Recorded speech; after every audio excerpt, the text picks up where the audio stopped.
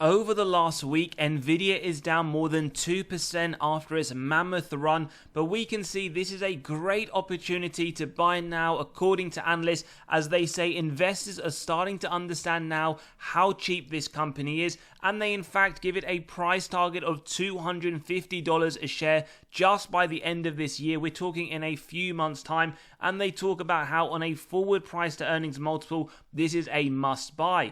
Now, when you do consider the fact that Bloomberg have consistently talked about AI, how the market is going to be 1.3 trillion in 2032 with a compounded annual growth of 42% every single year over the next 10 years, then maybe this could be a real possibility. And when we do look at this company, we also note that Wall Street consider this a strong buy.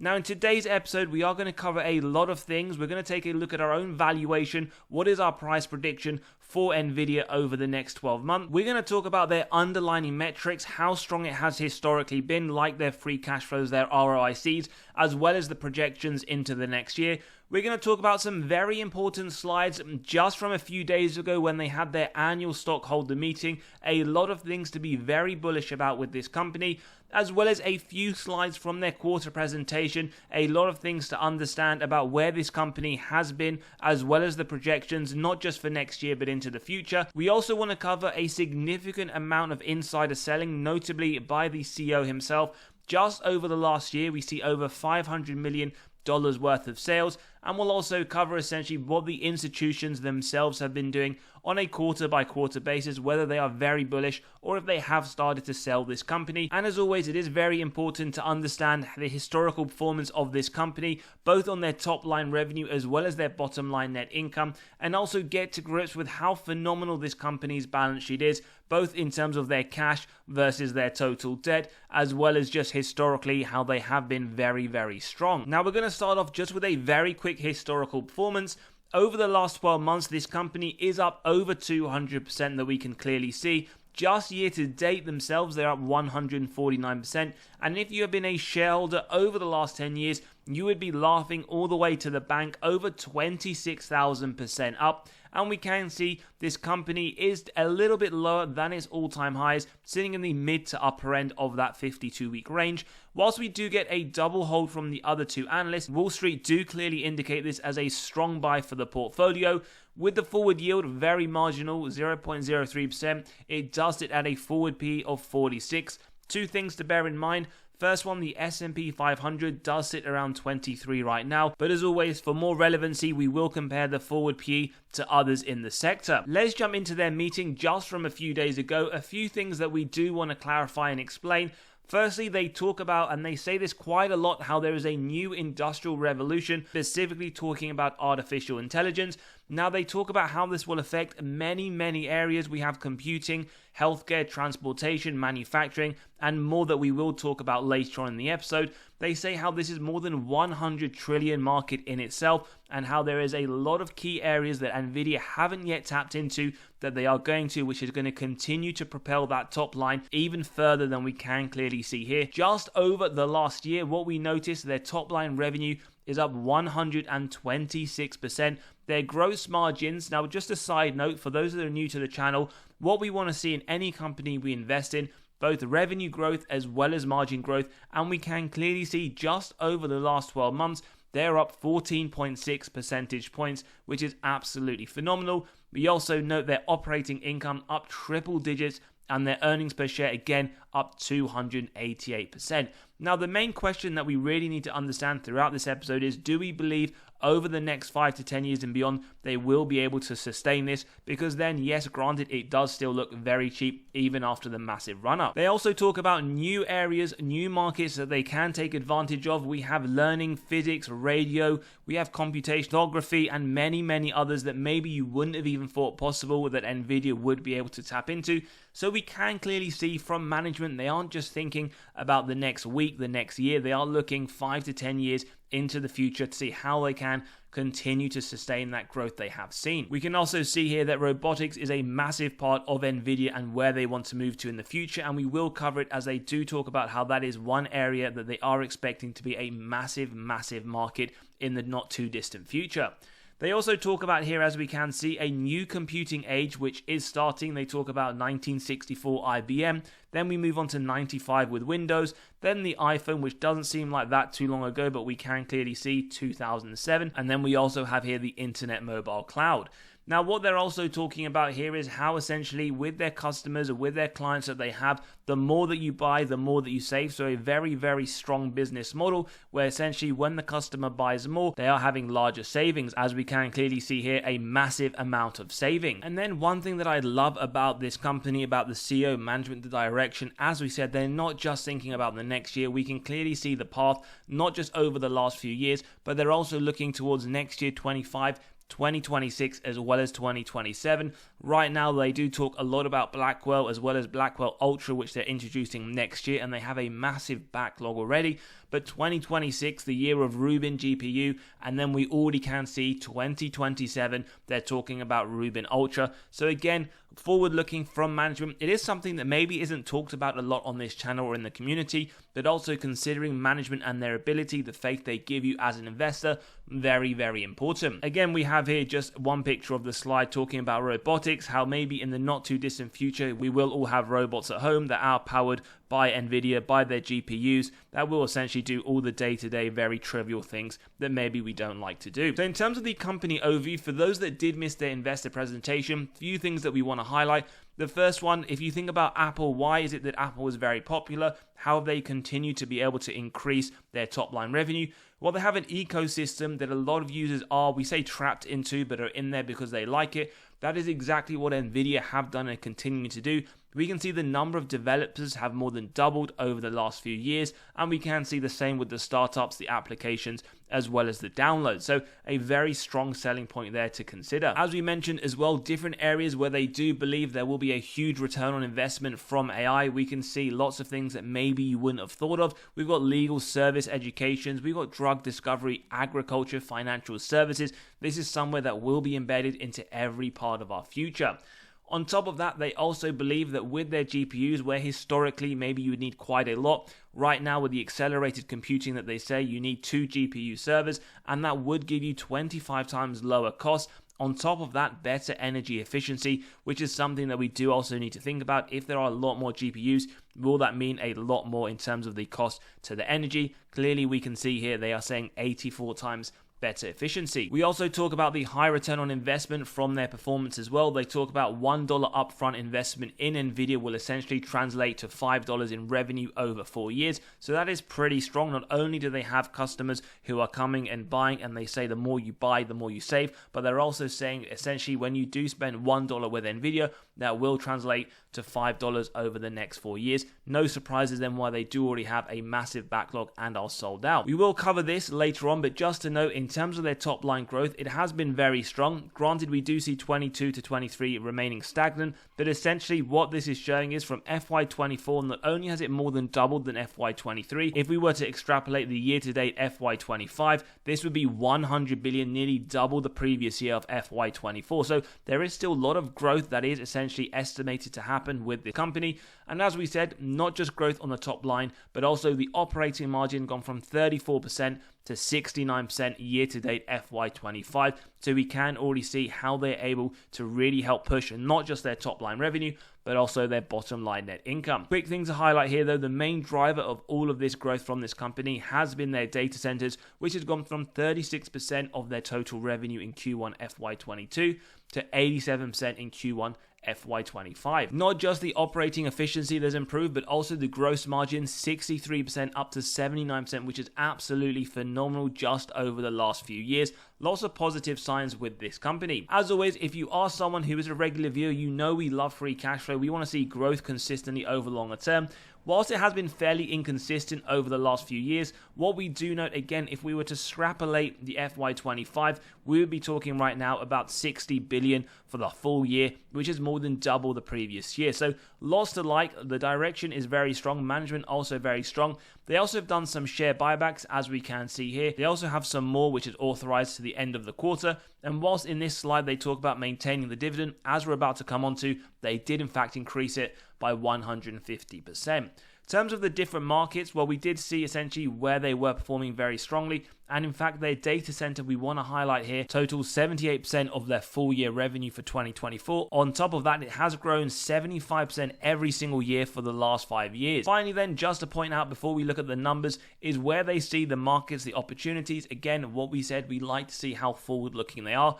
The major ones here, 300 billion data center systems, and then they talk about autonomous machines, robotics, etc., 300 billion. So overall, they do say a 1 trillion long-term available market opportunity. So lots to like with this company. Now, before we just get into the numbers, just to let you know, we have released our latest free weekly article where we run through 10 undervalued stocks with excellent balance sheets as well. If you want access to this or any others completely free, do click on that pinned comment below. You can start reading straight away. Now, in terms of their top line revenue, we did touch upon it. We just want to show you that whilst on this channel we want 3 to 7%, what we can clearly see with Nvidia, 10 years ago they reported just under 5 billion, latest annual accounts 61 billion, and this graphical representation does show us that over the longer term their revenue has grown very strongly, although the large portion of this growth has come in just the more recent years. In terms of the bottom line, well, the same story to be told there. Absolutely phenomenal growth, 631 million, 30 billion or just under in their latest annual accounts. Again, very, very strong growth. But the question we want to understand is whether or not we believe this is sustainable. As we can see, large portion of the growth has just come in the more recent period. We then move on to looking at the health of the company, total cash versus total debt, 4.6 billion in 2015. 31 billion in their latest quarterly report. So we can see whilst other numbers have gone up, so has their cash over the years. Absolutely phenomenally large position of 31 billion. But as always in isolation, that number really doesn't tell us anything, which is why we compare it to their total debt numerically and directionally, which even though we can see has increased 1.4 billion to 11.2, that tells us that it wouldn't even take them one day to pay off all of their debt net of cash on hand, as their cash position is far superior than their total debt, which as we can clearly see here has been increasing over the longer term. As always, what we like to do is look at the historical performance of their earnings estimates, as that will give us confidence if they've performed well into their future projections. What we've noticed over the last 4 quarters, they've beaten every single time. That is a 100% track record, and this tells us that over the next quarter, they're estimating a triple-digit increase to the earnings per share, as well as double-digit increase over the next 3 quarters.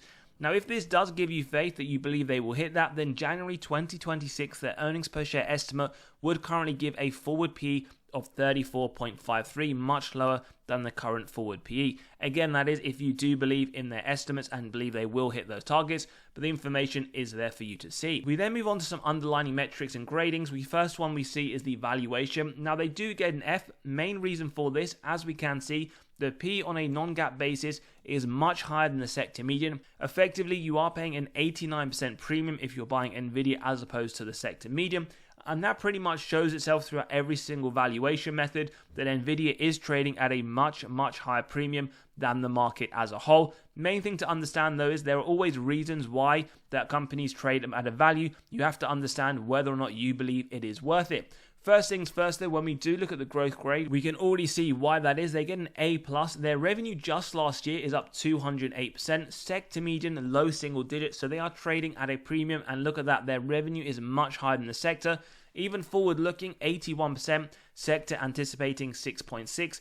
And when we do look at the earnings per share over the next 5 years, they're anticipating growth of 33%, with the sector median as a whole 14.21. So you can already start to see why it is valued higher, but you need to be comfortable that that is warranted in the price today, which we will cover shortly as well. In terms of profitability, while they do get an A+ again, phenomenal gross profit margin, which is not only increasing year on year, but significantly above the sector median. Same to be said for the net margin, which is well above the sector median 3%. And on top of that, just look at that, 40.52 billion cash from operations when the sector as a whole, 93. So as a quick recap of this part, there is one strong buy from Wall Street, a double hold from the other 2 analysts, an F for valuation, an A+ on both growth and profitability. Next part of our analysis, very quickly to see how they've performed against others in the sector. We have TSM, we have Broadcom, AMD, and a few other big companies in the semiconductor industry. Over the last year, no one comes close. Nvidia up over 200%. When we expanded over the last 5 years, again, the same story to be told, as well as when we do look at over the last 10 years. Now that is a very strong historical performance. Just a very key thing to highlight here, that past performance is not an indicator of future performance, so do bear that in mind. They could perform a lot better in fact, but they could also perform a lot worse. Next thing that we like to do just for consistency, we'll include it for Nvidia today, is to ask yourself over the next few years, 5, 10, whatever your time horizon is, do you believe it will outperform the S&P? If yes, then very good if you have that confidence. If not, or you don't have that confidence, then maybe worth considering investing in the S&P, a low-cost ETF. But clearly, as we have just run through, it has outperformed the S&P over the last year, as well as the last 5 years. Very, very clear to see with a massive margin, as well as the last 10. The next part of our analysis then brings us on to insider ownership, which sits at 4.2%. We see around $500 million worth of sales by insiders over the last 12 months. We see 8 insiders selling, and when we do take a look, pretty much every single quarter over the last couple of years, there has been some kind of insider selling. Quarter 2 though, we do note the majority of that, 324 million, and when we do take a look, we can in fact see the majority was the CEO. In fact, he sold just a few days ago 120,000, around $15 million worth. The same point, in fact, a few days earlier in this month, he did sell another 120, and in fact on the 20th of June. Now, this was all part of what was expected anyway when he did release his forms, but again, just something for us to highlight that he has been selling quite a large number of shares, although in reality, it is a fairly small percentage of his total holdings. But as always, for consistency on this channel and essentially transparency, you can clearly see the information here. And our own thoughts on this is that we typically don't say insider selling is bearish anyway. They do sell personal financial reasons, and as we mentioned already, it was a very small percentage of his total holdings. We then move on to institutional ownership. Sits at just above 65%. We see $8.5 billion worth of sales by institutions over the last 12 months. We see a lot more buying, $67 billion worth over the same period, although what is very interesting, that large bulk of buy came in quarter 2 last year. What we actually note now in the more recent quarter, institutions have sold pretty much double the amount they have bought. So in conclusion for this part of the analysis, while insiders are selling a lot, notably the CEO, we also have institutions who may over the last 12 months bought a lot more, but in the more recent quarter, they have sold more. As always though, do your own due diligence and never copy what either insiders or institutions do. We then move on to the underlying metrics. Now we'll just touch upon this dividend safety. It is very trivial. At 89, very safe. As we can see, the yield 0.03%. It is a 3.04 trillion company, so a mega cap. It was also not too long ago the most valuable company globally, now overtaken by Microsoft. In terms of the last recession, well, no comparative data, they didn't pay a dividend. However, they had negative 35% recession sales, below the average of the S&P. Negative 78% recession return, massively trailed the S&P's negative 55. As we talked about, they did just increase the dividend last month, 150%. However, on average, over the last year, it is up 1%. Over the last 10 years, up 7%. Over the last few years, in fact, they hadn't increased it, so it was a very large increase just last month.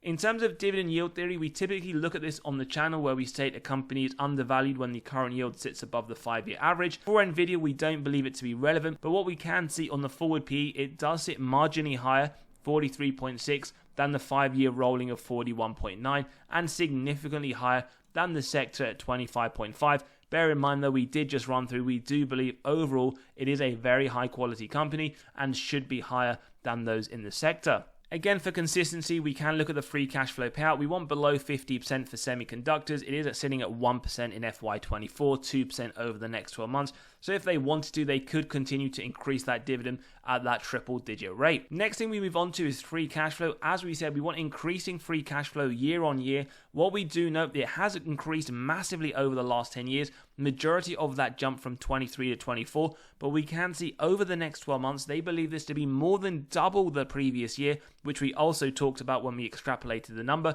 Bear that in mind, over 100% growth on the free cash flow. It will come in handy when we look at the valuation. In terms of sales growth, well, as we always say, 3 to 7%, we can clearly see very strong growth, especially in the more recent year. Just year on year, though, we did see that 208% increase to the top line driven by the data center growth.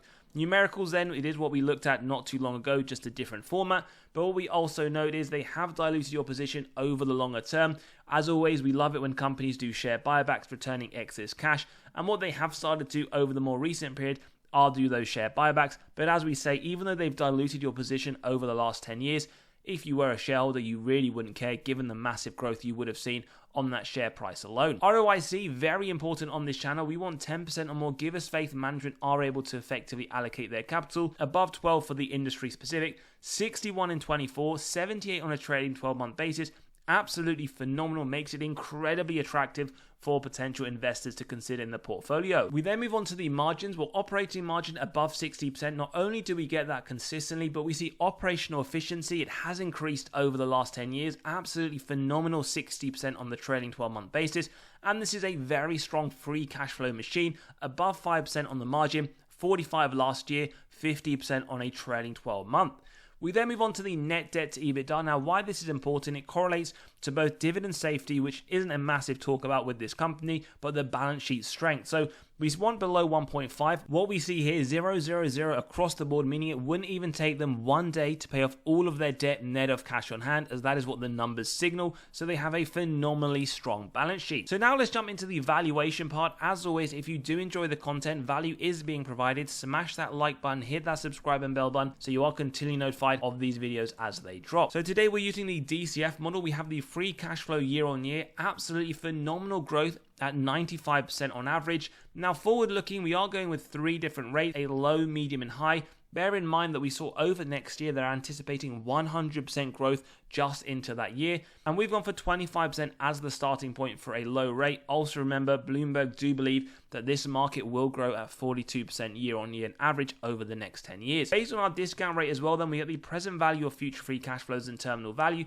add together with the cash, subtract total debt, get to the equity value, divide by shares outstanding, and we actually get an overvaluation signal. So if you believe that their free cash flows will grow over the foreseeable future at 25%, this shows us that essentially there is implied downside of negative 18%. If you believe that is way too conservative and 30% is more accurate, then as we can clearly see here, we would get an undervaluation signal currently, and this would then imply upside of 13%. A lot of people may say that is still way too conservative. At 35%, we can clearly see intrinsic value of $192, and again what this implies is that there is upside of 56%. Now we did see at the beginning of the episode there, I believe there is a $250 price target for this company, which ultimately means that analysts see higher than 35% as that growth rate moving forwards. As always though, you can grab a copy of this model, you can run your own numbers through, so if you think 40% for argument's sake, then it would give $260 as a price target. However, for today's episode, we are going to go through with the median rate of 30%, and that will give us that intrinsic value of $140. Don't forget, by clicking on the pinned comment below and grabbing a copy, you can also put companies in your portfolio or on your watch list through these models as well. So an intrinsic value of $140, we use a margin of safety typically of 10%, and we execute on this if it meets our 3 golden criteria: a wide moat, strong financial metrics, and good forward-looking data. Now, if you believe that for Nvidia, well, it is a buy around $126, which indicates right now you are getting at least a 10% margin of safety. For those that believe 15% is more accurate for what they want to buy, then you would be looking at around $119, and for those at 20%, around $112. However, as we said in today's episode, it is sitting around a 10% margin of safety. Remember that these numbers are essentially calculated on the fact that we believe the free cash flows will grow at 30% over the foreseeable future. If you were to put other numbers in, this would change. In terms of Wall Street and their forecast, well, over the next 12 months, they do see upside. Their price target $158. As we can see, 28% in fact just over the next 12 months. They do call this a very strong buy now. As always, let us know your thoughts in the comments below. Is this one you're looking to buy? Do you agree with the price projections? Do you believe the free cash flow should be higher or lower? Is this one you're also looking to add? As always, if you enjoyed today's episode, smash that like button, hit that subscribe and bell button, let us know your thoughts, and we'll see you all on the next one.